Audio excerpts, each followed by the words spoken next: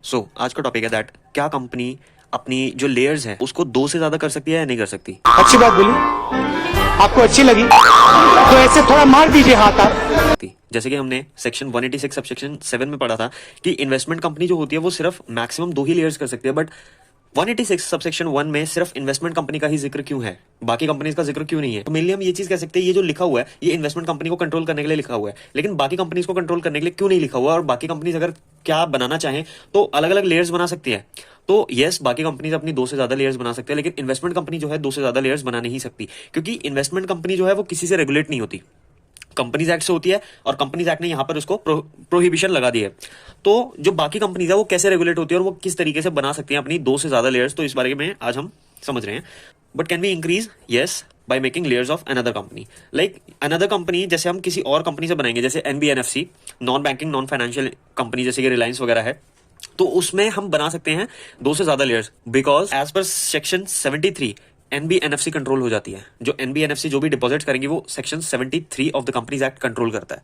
अब बाकी कंपनीज रही जैसे कि बैंकिंग कंपनी हो गया, एनबीएफसी हो गया, इनको आरबीआई रेगुलेट करता है as per banking regulation act, तो इनका भी सेपरेट एक्ट है, तो इसके लिए भी अलग सेपरेट सेक्शन बना हुआ है, दैट इज सेक्शन 73। लेकिन इसके लिए कोई सेक्शन नहीं है, तो इसके लिए ही इधर प्रोहिबिशन लगाई गई है, क्योंकि जैसे कि हम जानते हैं कि मनी लॉन्ड्रिंग इससे बहुत ज्यादा हो सकती है। जैसे इन्वेस्टमेंट कंपनी हम लेयर्स पे लेयर्स बनाते जाएंगे और फिर उसको जब अल्टीमेटली निकालेंगे तो कुछ पता नहीं लगेगा और उससे मनी लॉन्ड्रिंग बहुत ज्यादा हो सकती है।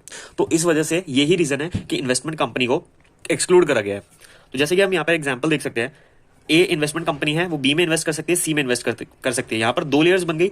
अब अगर ये तीसरी लेयर बनाना चाहती है तो एक एनबीएनएफसी बना सकती है, एनबीएनएफसी में पैसा डाल सकती है, फिर उसके बाद फर्दर 2 लेयर्स बना सकती है इन्वेस्टमेंट कंपनी की, फिर फर्दर जो है बैंकिंग कंपनी में डाल सकती है और फिर फर्दर अपनी जो है 2 लेयर्स बना सकती है। और कंपनी ऐसा क्यों कर सकती है? क्योंकि एनबीएनएफसी ये सेक्शन 73 से रेगुलेट हो जाएगा, यहां पर बैंकिंग रेगुलेशन एक्ट से रेगुलेट हो जाएगा, आरबीआई से, तो यहां पर जो है सारे कंप्लायंस हो जाएंगे इसके, और इससे किसी भी तरह का कोई भी फ्रॉड के चांसेस नहीं होंगे। सो यही रीजन है कि इन्वेस्टमेंट कंपनी की सिर्फ 2 लेयर्स बन सकती है, जबकि बाकी कंपनी ज्यादा बना सकती है। और अगर हम इन्वेस्टमेंट कंपनी की भी बनाना चाहें तो भी इस तरीके से हम बना सकते हैं।